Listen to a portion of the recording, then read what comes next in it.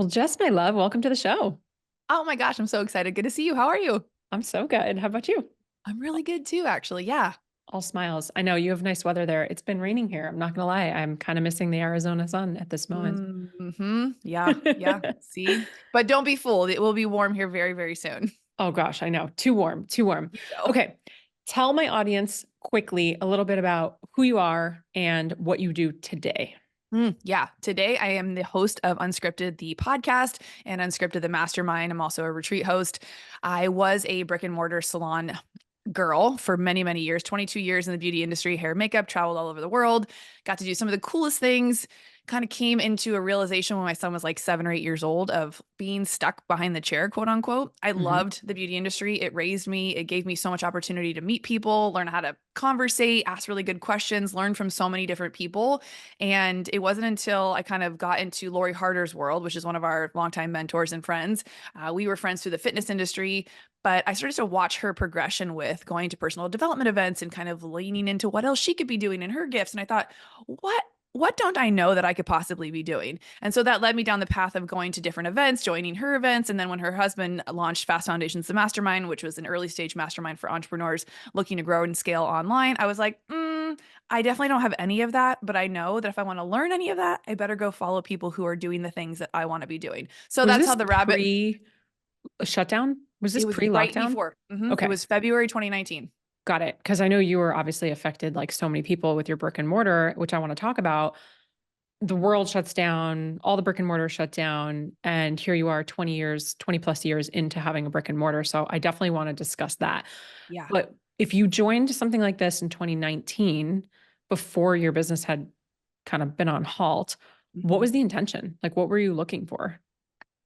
Honestly, like I had had pretty good success. I wouldn't say luck, but in the beauty industry, I had really great mentors, which at the time I didn't call them that even. They were just people that we learned from. They were the senior stylists, right? Nothing was compartmentalized like it is now. So I had really great mentors and really great leaders who taught me how to be a quote unquote high end hairstylist, how to give a great client experience, just the start to finish type of business that I was so grateful that I had that training. But when I joined Chris's mastermind, I was at a point where like I was looking at my numbers thinking, okay, I've kind of capped myself. I'm not scalable. If I want to go into a different tier bracket of services that I offer, I can charge more. But when you charge more, you're working with a different clientele. And so there was a Sure. lot of things in play where I was like, well, what if I was to take my skill set online? What would that look like? And I honestly had no clue. And so when I saw this opportunity to join the mastermind, I thought, what a great way to learn a lot of things quickly and see if I can try anything on for size.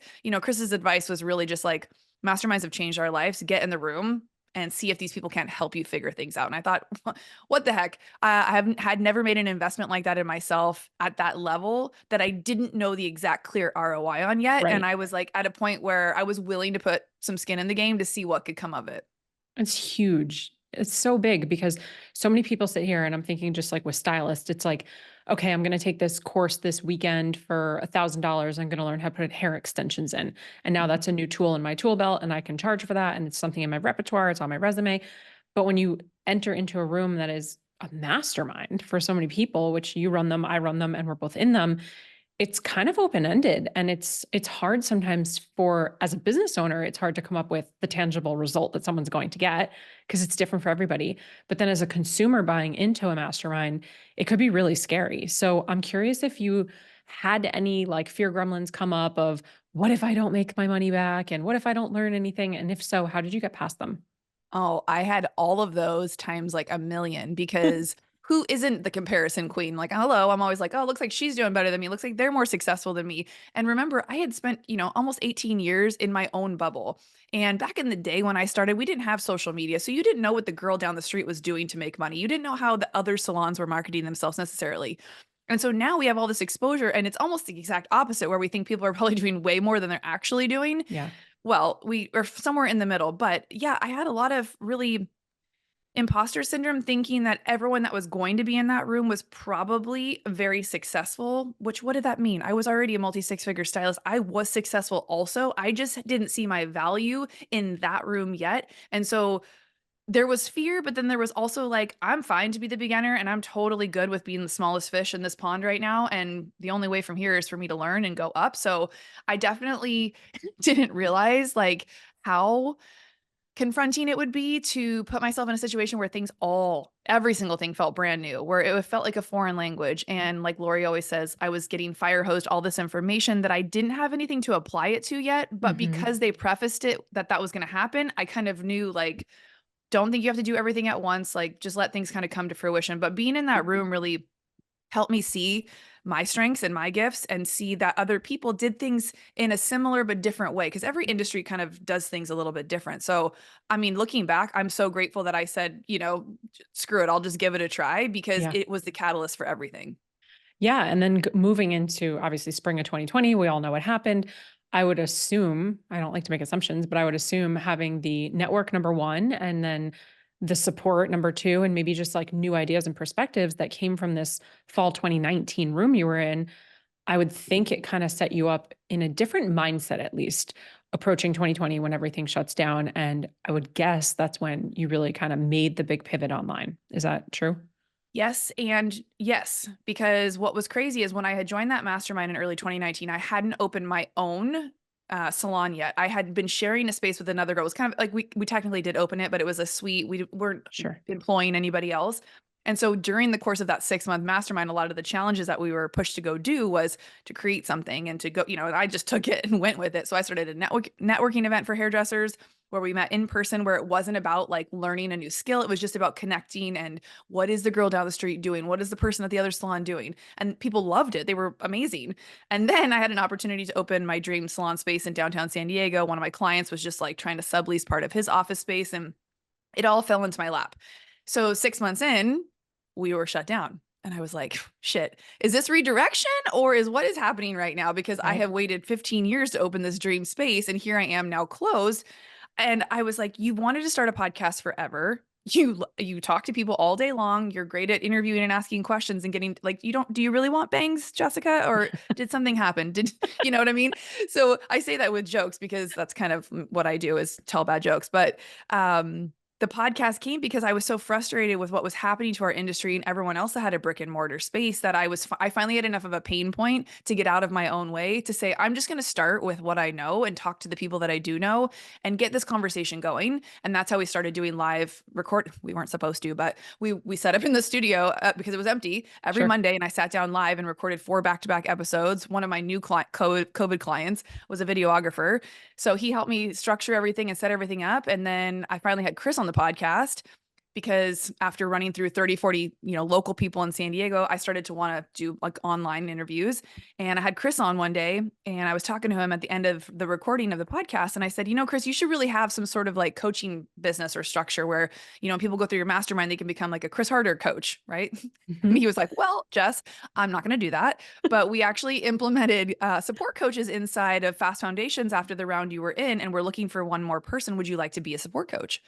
And I said, me, a coach? Like, mind you, I had coached cheer, I had coached gymnastics, Sure. I'd been a mentor and a coach in the industry for years, but in this realm, I'm like, I can't Chris Harder. And he was like, you don't have to be me. You can be you because you're really good with strategy and you're really great with accountability. And that's all people need is an extra touch point throughout the process. And I was like, I would be honored. So that's how my coaching career started alongside the podcast. And then, of course, we reopened. And yeah, the ROI did not come though, that chunk of that investment like everybody else or the majority of people. What Right. was funny, one more part of the story I haven't shared really, is that January before we were closed down for COVID, I attended Lori and Lindsay had an event called Event Love. Yep. And it was a 5-day in-person teach women how to put on profitable events. It was amazing. It was great. And I didn't have the means to join. At that point, I think it was like 10 grand they wanted for that. And I had just come off the heels of, opening the salon and all the things, but I knew I wanted to do more events. And so I reached out and I said, my value add is I will fly myself out to Arizona. I will put myself up in a hotel and I will do your makeup and hair every single morning so I can be in that room. I will also be willing to take out the trash or do whatever I can to support you guys so I can get in that room. And I remember on the second day doing Lindsay's makeup, kind of sharing my journey. And I think she had asked about the mastermind. And I said, it's kind of a bummer. I haven't really, made back my investment from that mastermind. And she looks up at me and she goes, well, you're here this week, aren't you? And I said, yeah, I am. And the mastermind was less than it would have cost me to come to this week. So that power of when you asked about networking, yes, I had built a network I hadn't even quite realized Yeah. to the point of like knowing how to get myself in rooms, offering value, finding ways that I could contribute, but then also receive. And so when I come in a room, like I show up, I play full out, I bring energy, at least that I can do that much. And I don't ever claim to know everything. And I think that's a great place to be, but Yeah. I will always be willing to do whatever needs to get done just to be able to participate because I know the power of what can happen in those rooms. So yeah, that's a kind of crazy full Yeah. circle situation. And then right after that, we were shut down. And then when we had reopened, I had an old friend of mine I worked with years before hit me up and wanted me to add a esthetician room into the salon. And I just looked at the numbers and I looked at where we were at and what I was kind of leaning more towards with the online stuff now that I'd been doing the coaching with Chris. And I said to her, would you be interested in buying the salon for me? And she said, sure. And so without like it was, and I know how hard it can be to sell a salon for profit when you actually want to get out of it. And I Right. thought, you know what? I built this beautiful business. It's turnkey. It's worth something. They're basically an asset sale at that point. But yeah, I made a great profit off of it. So talk about another ROI that came through from that. That would be like a 3x on my investment if you wanted to look at it that way, and went all in on my coaching business. So that's what the catalyst for the last 4 years has been. We went deep with the podcast. We're just hitting 300 episodes this Friday. Yay. Congrats. That's huge. Finally launched my own mastermind after working for the pros for a while and learning from so many amazing people like you and everybody else that we now know. So yeah, it took a few years to feel confident to kind of hone my skill set and put my work in. And now I get to do it with other people, and it's so cool. It's amazing.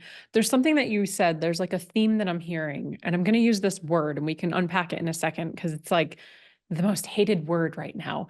But when I hear you say, you proactively reached out to Lindsay and Lori and you said, hey, I'll come, I'll fly, I'll put myself up, I'll do your makeup. I just want to be in the room. When you said, hey, Chris, you should do this thing with coaches. And then he obviously is like, you could be one. The word that comes up for me and, selling the salon, all the things is there's a hustle there. There's a hustle there. And everyone's hating on the word hustle. I'm very anti hustle culture. Like, no, I'm anti hustle culture. Like, I hate when people are like anti hustle culture because I think that the word hustle has just gotten this bad rap. Like, the pendulum has swung really far. And the way that I look at it is it's work ethic. It's just work ethic. And you have work ethic, whether you want to call it hard work or hustle or grind or resilience. There is a theme of what you're talking about that is just simply work ethic, where you're showing Mhm. up for yourself before the result has come. You're investing before the ROI is there. You're making decisions before you're even that version of yourself. And you sit here and you're like, oh, it's been like a 4 year, what? And I'm like, 4 years? That's like nothing. 4 years is so fast. And I think people are scared to do the work. I think people Mhm. are scared to fall into this trap of if I work hard or I have work ethic, then I'm also going to slide down the slippery slope and into hustle and burnout and adrenal fatigue and all these things. And it's like, no, no, no, no. If you detach from how fast it has to happen and you detach from the outcome and you're open to what the ride looks like, I'm certain when you joined Chris's and Mastermind initially, you weren't thinking that you'd be coaching with him one day. Right. So it's like if you just can be open to surrender to what that looks like, you all of a sudden have all these opportunities where it's like, gosh, 15 years ago, I'm sure you weren't thinking about being an online coach. Not even kind of. No, and everything you said is so true. And that's the thing about putting yourself in situations where there can be opportunity created out of it. And, that's the part for me where when you said you were anti-hustle, I'm like, really, Jess? Because you look like you hustle pretty hard, girl. That's why we vibe. And that's why, certain people are attracted to you because they see the consistency of work that you do. And that's all it really is work ethic. And my mom had me at 19 years old. All I saw her do was work 24/7. And she worked weekends and she hustled. She went out, she's in real estate, got those listings. We drive around, looking for sale signs for by owner. And I never really knew what I was observing until I looked back over the years. And it's funny because I did hustle my ass off in the beginning. I was 21 years old. I would pass out my cards, full on guerrilla marketing. I'd get all dolled up. I'd go hang out at Nordstrom's, pass out my cards. What type of clientele do you want? Like when we talk about what's your client avatar, I knew she shopped at Nordstrom's. I didn't know that's what I was doing at the time. I didn't know my niche was, middle-aged women that had money and wanted to come spend it every 6 weeks with me.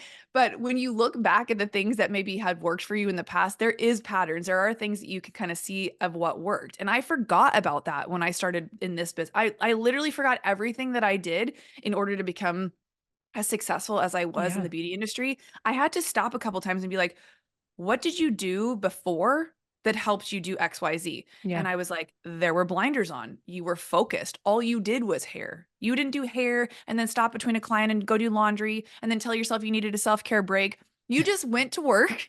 You did the damn clients and then you went on with your day. And so there's been a lot of resistance because of all the brainwashing that we get Yeah. around slowing down and taking breaks. And while I'm all for taking care of yourself, you know, and I learned I was a projector, and projectors, they say need all these Same. naps. And I'm like, I don't I nap. don't I need, drink me coffee. neither. Me neither. I'm like, I don't get that. I don't resonate with that at all. I don't. I need to shut my brain off sometimes and Sure. like maybe do something else. Like you and I love to dance, or I go listen to music, or go for a workout or whatever. But I think I really fed into the whole 3 hour morning ritual of like, Yep. if I don't journal, I'm a loser. If I don't, you know, have 6 coaches, I'm not investing in myself. So don't think if you're listening to this podcast that, you know, we knew exactly what we were doing from the beginning. I've done everything to try it on for myself because everyone is going to need a different setup for their business. Everyone's going to need a different way of doing things. And so if you are so rigid on, like she was saying, a time frame, or you have to make X by this time, or you have to be doing things a certain way, it's going to really steal all the joy and you're probably going to want to Yeah. quit and not do it. And so Yeah. for me, every time I've wanted to be like, I quit, or I just need to take a break, I'm going to pause. Luckily, I have good people in my corner that I am employing that are like, I won't have a job if you do that. So can you just keep your podcast going? I'm like, okay, yeah, just for you. And for like one day or for one moment where I want to quit or give up, I have put people in place where I can't. Right. I can't. Now, if I really wanted to, obviously anybody can quit. But at the end of the day, there were days at the salon I have to remember back that weren't great. And I dealt with clients that I didn't love. You know, every business, you'll have things that you don't love. And for some reason, we've been brainwashed to think it's always going to look like photo shoots on Instagram and that we're always going to be traveling to Bali and that we have to go to some 1 month thing and you have to, you know, I'm not trying to come from a negative Nancy place, but it really has been frustrating Yeah. lately to feel like, you know, I'm not doing it the right way or I'm not making as much as some other people. But when I sit back and look at what I've built, like you said, in just 4 years short, it's amazing. It's amazing to have taken something that you've done for 20 years and kind of pull all the good pieces out of it and make it into something that is more aligned for your life now. Cause I'm in my early 40s. My son's almost 13 now. And you know, life's just different now. Yeah. Yeah. It's such a good conversation. I'm like, we could stay here for an entire hour.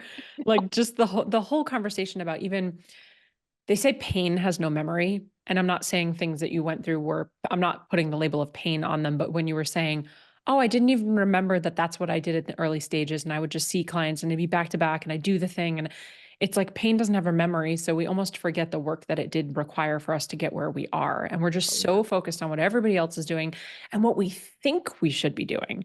And I know for me, that's been a challenge. And I've talked about it on the podcast where I'm like blindly following somebody else's goals because they're successful. And I'm like, well, then that's what I should do too. And it's like, Yeah. but that's out of alignment. I don't even want to do that. I want to talk, I didn't want to go here yet, but I just brought it up. So I want to talk about alignment because you do talk about alignment a lot in your content and you talk about it in a way, which is one of the reasons why I love you, where I'm like, yes, I can get on board with that. Tell me just like blanket statement overarching kind of theme for you. Like, what is alignment for you? How would you describe it? Because I think people get that wrong. Yeah, they get it wrong in the sense that they think it's going to always feel good in their Yeah. body. Now, I do think we are all very intuitive beings, especially women. We always, you kind of know yes or no if we want to lean into something. A lot of times we'll push ourselves to do something that might feel uncomfortable, like you were saying, chasing other people's goals because it looks like maybe that's the next right thing we're supposed to do in our business. To be honest, that's why I opened my own salon was because everyone kept saying, when are you going to open your own salon? It felt like the next ladder to climb. And once I was there, I realized this doesn't feel in alignment. I would rather be one of them than be the owner of this place. It didn't bring me the joy that I thought it would, but I would have never known that if I hadn't done it. And so a lot of times we want to skip the pain of seeing if something's going to be in alignment without trying it. And that's just not how life works. But I will say if something feels truly like it's not meant for you, it's probably not. I remember Lori did a podcast years ago. I was listening to at the gym one day, and she kept talking about she kind of had a tone to her. She must have been going through something or been dealing with something, and she said something around if it feels really hard to be an entrepreneur and every day feels like you're butting up against resistance and every day you want to quit, maybe entrepreneurship's not for you. And I almost felt like a relief Yeah. because I was like, I'm still in the season where it's feeling a little bit tough, Lori, but like I really do still believe I'm meant to be an entrepreneur. If I look back, that's really what I always have been. Yeah. But it kind of gave me that permission of like, if this stays like in this hard season, maybe I would be better served as someone's amazing employee. And we need both. We need both and. And so the alignment piece just really comes from putting things out there that feel intuitively like yourself and consuming less and creating more. When you stay in the just consuming, it's really hard to think your own thoughts. And that's why at times I'll read things to inspire me, but then how can I take what I already know intuitively and then express that in a way that's going to serve somebody that's potentially my audience. So the alignment piece is just that intuitive knowingness, but also, again, if you don't try something, you're never going to know. Yeah. One of my favorite things you put a post up. I actually pulled it up so I get it right. You said alignment comes from doing things that are out of alignment first, where you're like, this feels really hard. And I always say there's clarity and contrast. Like we don't know that we don't like olives until we taste olives. And that's what you're saying. It's like you have to try this thing, try the podcast, try the mastermind, try the, having your own studio, whatever it would be. And through that trial, you start to sift out like, is this for me? Is this what I want? What about this do I like? What about this do I not like?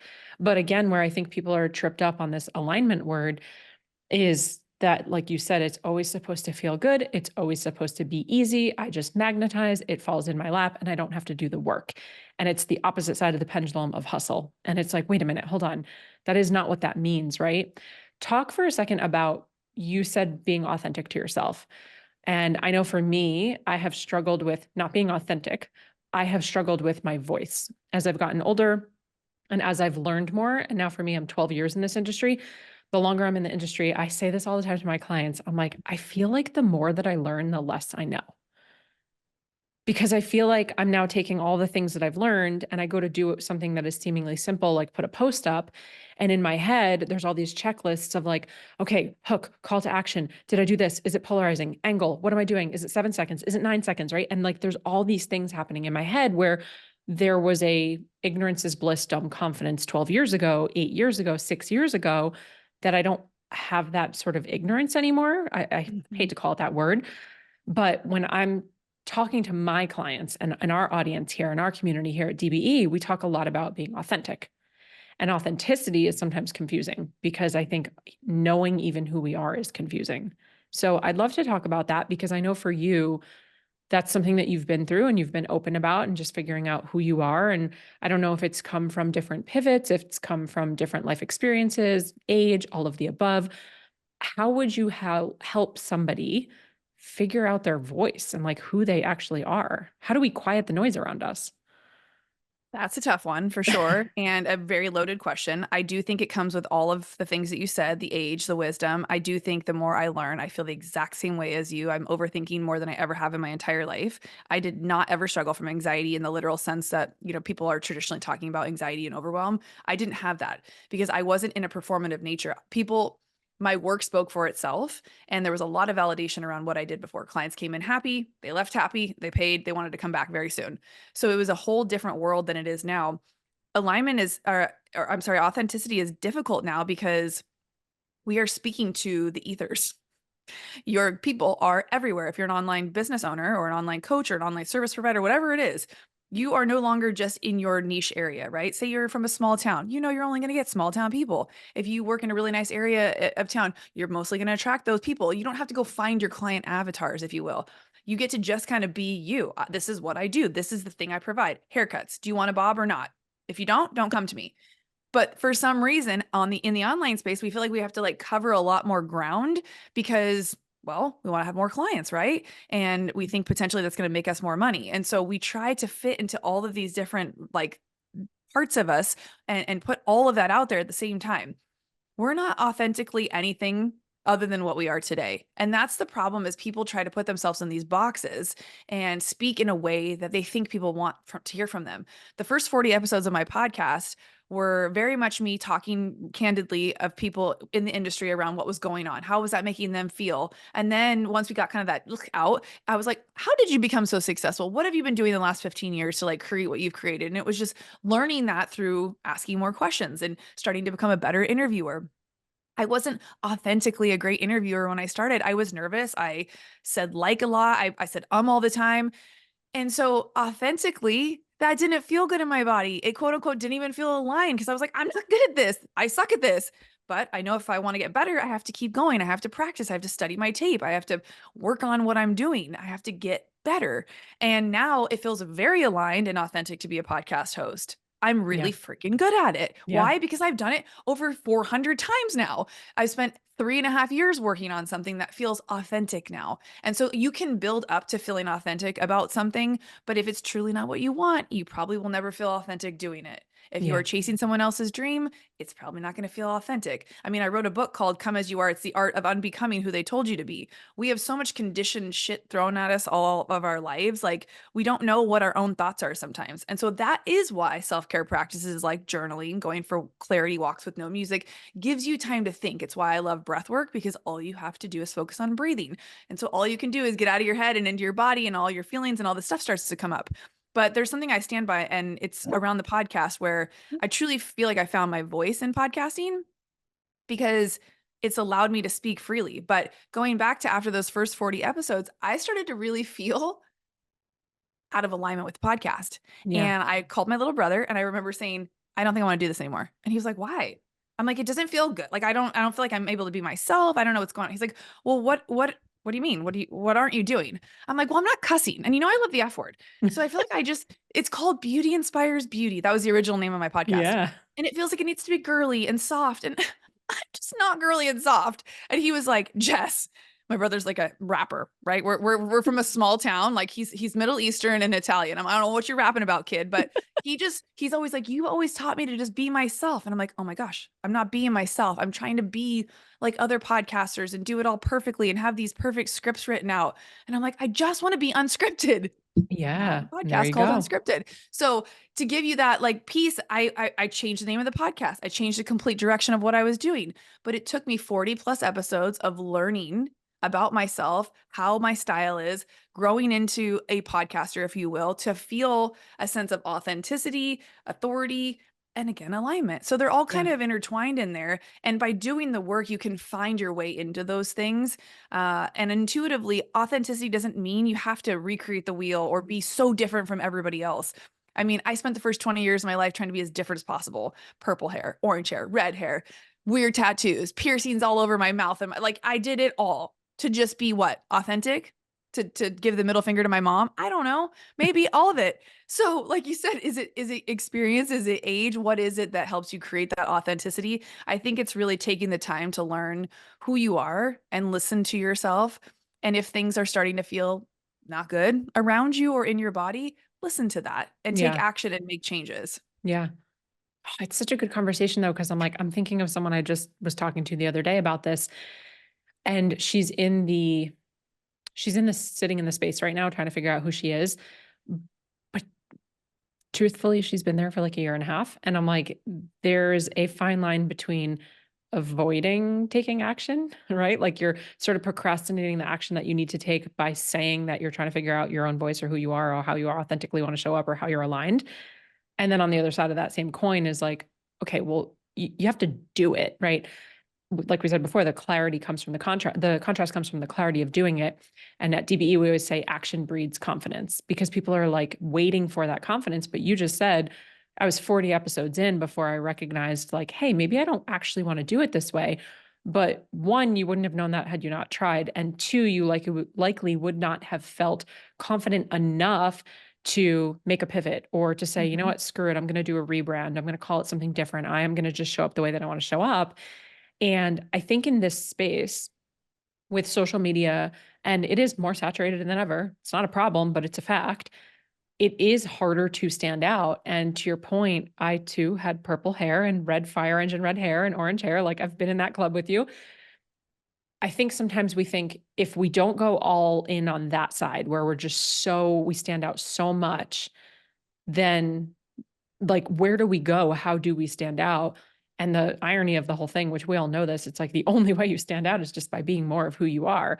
But being who you are is really scary for a lot of people. And showing up in your full authentic self is really scary because it's like you're standing in the middle of a football stadium naked and everyone's looking at you, right? And like there's so much judgment that would come in. Now, I know you work with clients similarly, like I do, business coaching and stuff. What would you say to the person who's listening right now, who's like, I'm on board, Jess. I get you, Jess, not me, Jess. I get it. Like, I love this. Yes, snaps, claps. I'm all here for it. But, and also I'm scared out of my mind to show up as who I truly am. How do you start? What do you say? Yeah.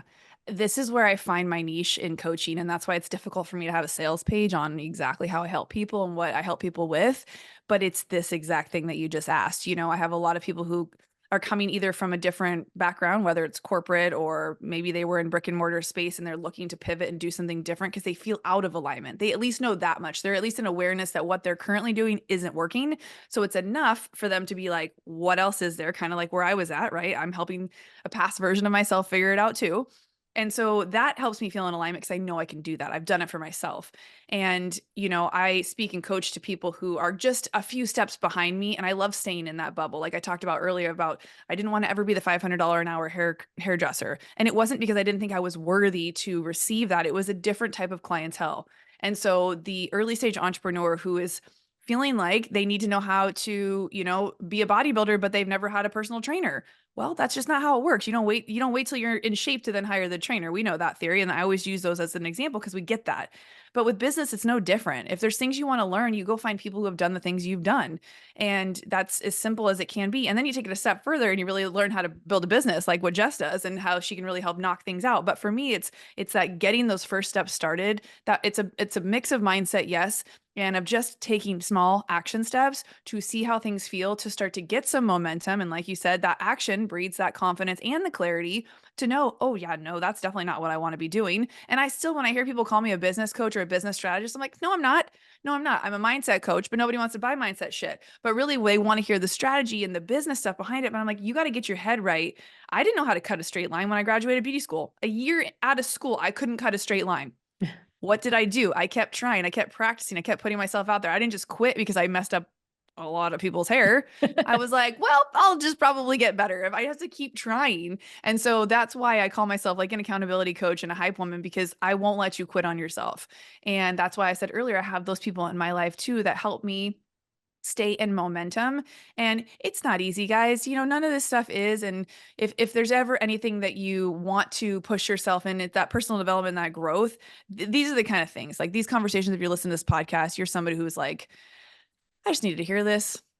I just need to hear that these two really, though they figured a lot of stuff out, they're still evolving and growing, and they're still deeply searching for, their voice still in this season of their life, because we're always going through different seasons, whether you're a new mom or you don't have kids or you're newly divorced, or maybe you're leaving a toxic job and you want to start something online, but you have no idea what to do. There's so much room in there, Yeah. but you won't ever know or feel truly in alignment or authentic until you start putting stuff out there. Mm. After I sold the salon, I went right ahead and what did I do? I opened another brick and mortar space, creative house.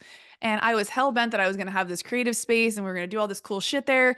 And about 8 months in, I was like, that was a very expensive mistake. Probably 30, 40 grand later, I was like, yeah, no, I don't want to be in a brick and mortar in this season of my life. Yeah.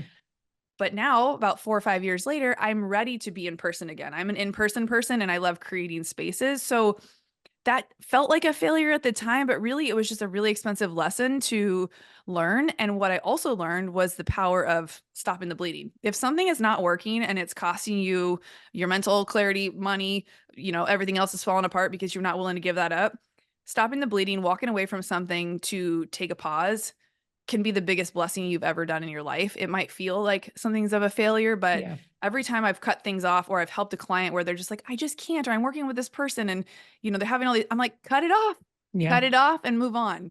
That definitely is the entrepreneur's biggest friend, is like learning when to walk away from things, and learning when to just go for it. Yeah. It's the same thing with hiring and firing. That's why they say Yes. fire fast, right? Yeah. But it's interesting because I'm with you. I'm like, stop the bleeding. And for a lot of the people listening, I'm like, no, no, no, no. Just because your first launch didn't work doesn't mean that you quit. That Yes, is not that's what we much mean by different. stop the bleeding, right? Like there's this very gray area where people are either taking action or a lack of taking action based on the result they did or did not get. So they're letting the result dictate their action. And I see this so often. And so I always say pause before you pivot, because so many of our clients will come through our signature program, Empower, which for most people, first time early beginning stages of entrepreneurship, first time launching, first time getting into coaching, and they might have a silent launch, right? 0 people enroll, which, hello, welcome to like the majority of people. That's just what Yeah. happens the first time Hmm. for a lot of people. And they'll want to pivot. And I'm like, no, no, no, no, no. You don't get to pivot right now. You have to figure out what did or did not work. Like do it again, put more time in, have more runway, like flex the muscle of practicing these things. You maybe just didn't have any sales because respectfully, you didn't sell it enough, and it's like, no, it's not where we pivot. We don't stop the bleeding there. We don't quit there. Yeah. So it's just also important to know yourself. Like if there's one thing you're taking out of this episode, Jess, you've said it so many times. It's like you have the awareness to know what season you're in. You have the awareness to check in with yourself. You have the awareness to test out, am I in alignment? You have the awareness for all these things. And in my experience, the awareness comes from silence, comes from being with yourself. It comes from quieting the noise. Maybe it's the journaling and the breath work and the meditation and the age and the wisdom and the beauty. But really like it's in that silence, what are some of the things that you do? I don't know if they have to be like morning routine, daily rituals or anything, but like, what are some of the things that you do tap into when you're looking for answers? A lot of that, luckily I spend half my time in Arizona, half time in San Diego, and I live by the beach. So walks for me help with clarity, but walks with no podcast, no music, no nothing. I just, first 10 minutes, I'm like talking to myself, looking at people. And then I finally drop into my own feelings and thoughts, and I can think a thought all the way through to the end. I can process something that may have come up earlier in that day. That silence is good. And then I do have a morning routine because I have a kid. So that kid's got to get ready for school. So if I want any alone time, it has to happen in the morning. Once he's graduated from high school, I will not be a part of the 5 a.m. club anymore. It's actually 4:30 a.m. club. People are like, why do Ooh, you do that? How do you do that? I'm like, there's not really a choice. It's back to our hustle and work ethic. Do I want to have alone time in the morning? Yes. Do I wish it was at 8 a.m.? Sure. But yeah, no, it's at 4:30 right now. And so that time allotted, whether I end up journaling or I am reading, if I'm feeling like I need to be inspired, I have a plethora of books that sit on the coffee table right back there. I just grab one. I either read a sentence or sometimes I got to read a couple of chapters so I can get in flow with whatever it is I'm trying to put out. And as women, our cycle is just like any given day I can feel totally different than I felt the day before. So I lean into that, and I've learned so much more about how my body operates and to not be so hard on myself. I look at the calendar, I'm like, oh, that's why I'm super unmotivated this week. I should move these podcasts to next week when I have high energy, I'm in more creative flow, and I can just be a better version of myself. This week, I'm going to take a little bit more rest. And that is the beauty of entrepreneurship, is knowing when to put the gas pedal down and when to just ease up a tiny bit. But as long as you never take your foot off the gas, you're good. And so yeah, that's why these routines are important. And then little getaways with my partner, getting to reconnect. We just went to Vegas for 2 days. When you look at the calendar, I'm always like, I can't leave. I have to work. But you can adjust your schedule and make things happen. And I think those pockets of time for fun, as I've gotten older, have become more important because I wasn't creating a lot of time for fun. And fun creates creativity. It makes your brain happy, makes your body happy, and you feel like you've checked the box of like, okay, now I can get back to work. So creating time for fun, creating time to just think for myself. And then, breath work is one of those things. I'm a certified instructor, but I have the most resistance around doing it because it's hard. yeah. It It's is hard, and hard. a lot of times I don't want to feel those feelings. I want to just be like, go away feelings. Yeah. And so I'll listen to my own breathwork recordings, and they are really powerful for me because it's like you talking to yourself. If you ever done mirror work, or if you've ever done any sort of like inner child work, record your own sessions, record your own meditations and listen to them back. It can be pretty powerful to hear yourself talk to yourself. Yeah, for sure. Powerful. And like you said before, confronting. Yes. For sure. Okay, Yeah. I love this idea of fun. We're definitely in a season right now. We actually just had like shirts made for our mastermind girls that said "In my business is fun era," Yes. because we all have been kind of head down working hard for many, many years. And there is an element to sometimes of fun that it slips away because, like you said, I should be doing these other things. I have space. I could go do work. As an entrepreneur, it just, the work never ends. And that's kind of the devil's advocate to being able to work from anywhere and work from home and have the computer and the laptop and the phone. I know for Mike and I, it's like if the laptop is near the couch, I'm likely going to pick it up and just do work. So for us, this new house here where we both have our own offices, finally, it's like so nice. I leave it in the office. It really does feel like I have a job, Yeah. like where I'm going to the office and I can leave it there, which is nice. You have something really fun coming up in Scottsdale. June 6th? Yes. hmm Okay, tell us hmm about it. So, like I was saying earlier, your girl loves some in-person action. Like I am an in-person person. And so this was one part selfishly for me to have more fun in my business. And two, for anybody who wasn't quite ready to commit to like a full-blown mastermind to come experience what like a one-day event would feel like, mastermind style. So we have this really awesome retreat house in Scottsdale that I've had other friends host events at. And yeah, we've got a few speakers coming in to talk about what do you know? Alignment in your business. We'll be deep diving into some human design and meditation in the morning. So really feminine energy flow in the morning and then afternoon masculine dropping into those getting shit done, figuring out what needs to happen in your business, masterminding with the other girls that are there. We've got my girlfriend Christina Bartold coming to talk all about building community within your So business. good. Yeah, she's flying in from Canada. And then Kat Golden and Shelby from Social Rebel are coming to do content with us all day and teach us how to create good content and B-roll and to just do some of that stuff with more ease and fun. There is an emphasis on fun here because that, again, why would we all get together if we're not going to have a blast? Yeah. And then the end of the day, we're going to end with my right hand, Drea. She's going to come and help everybody streamline with processes and systems and kind of show the back end of everything that we do in our business and how we run things. So I actually can go off to Vegas for 2 days and not feel like the world is ending with my business. So there is so much jam packed in the day, but a lot of intentional time. And then we have an amazing chef coming to put us through this whole like food experience because I also like to eat. So if you hang out with me, I promise you're gonna have a blast. But yeah, that's June 6th in Scottsdale. And yeah, it's just a 1 day holistic mastermind retreat day. And I think, getting out of your bubble and getting into the energy of other people can really shift things for you too. Yeah, absolutely. How can people find out about it or talk to you about it if they have questions or sign up? Yeah, then just follow me on Instagram at Jessica Burgio, or I can give you the link and we can throw it in the show notes. Awesome. What else do you have going on if people want to work with you on like a longer term commitment or they're really looking to dive deep in their business and alignment and all these things that we were talking about? Thanks, Jess. Yeah. So I also run Unscripted, the mastermind. We just finished our first cohort. Actually, we'll be ending that the couple days before in Scottsdale with their own retreat. But yeah, it's a 5.5 month container that ends with a retreat in November. I'm playing around with doing it in Scottsdale again, or possibly Cabo, because that's my favorite other place, right? Who doesn't love Ooh, Mexico? Yeah. So we'll see who joins and then we'll kind of figure it out from there. But these longer containers are your opportunity to really deep dive into who you are in this season and what you want to bring to fruition. It's really meant to focus on those 5.5 months, not 5 years. So we want to help you take action now to move the needle so that you can start to build momentum in whatever way you want to grow, whether it's personal goals or professional. And then I just love the mastermind format, which is a bit like group coaching, but also it's, as long as you're there to also give, you will receive so much more in that. yeah. And I just feel like that equal energy exchange is such a cool thing right now. And everybody has something to bring to the table. So if someone's looking for a safe space to kind of unlock some things that have been holding them back and get them into action, that's the spot for them. I love it. So good. I'm like, I want to come to all the things. Yeah.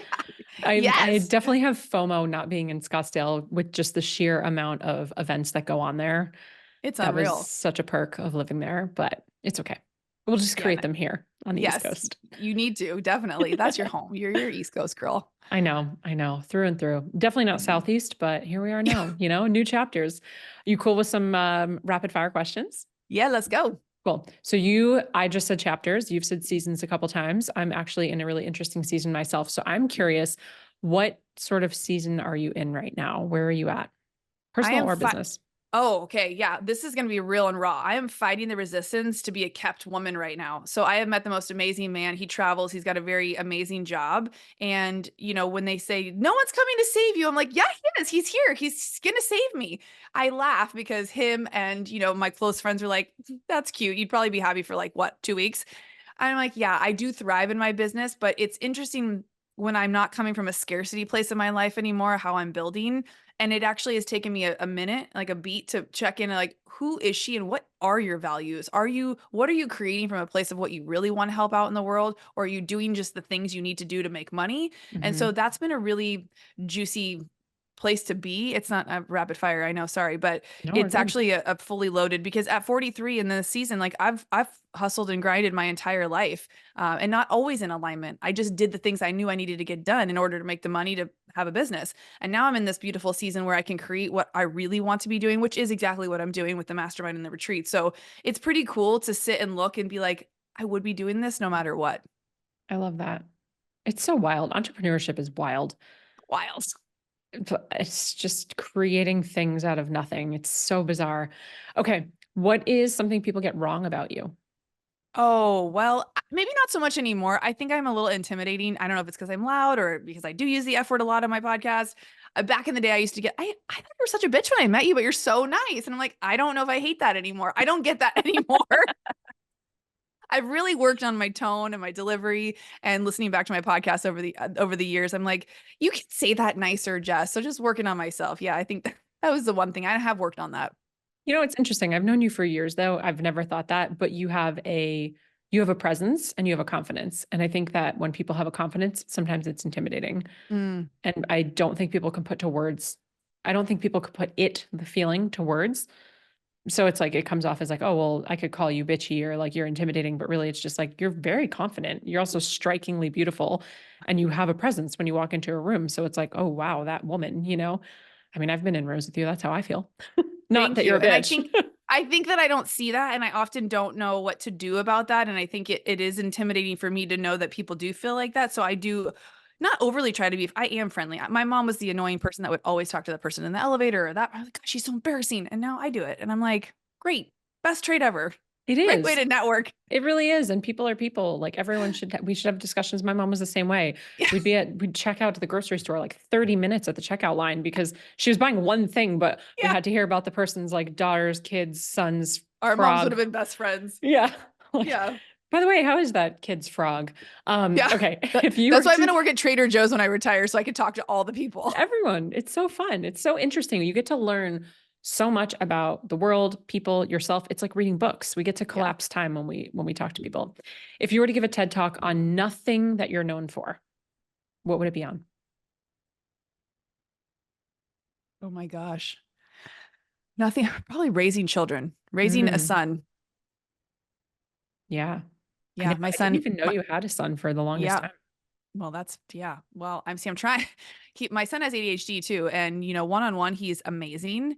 At school he really struggles, and so I've had to find the balance of teaching my own son work ethic, and in this day and age where I didn't grow up with a phone, I didn't grow up with half of the stuff that he has, and so just like learning to have a lot of compassion and patience for someone who struggles with their own things that you don't really know what they're Yeah. struggling with.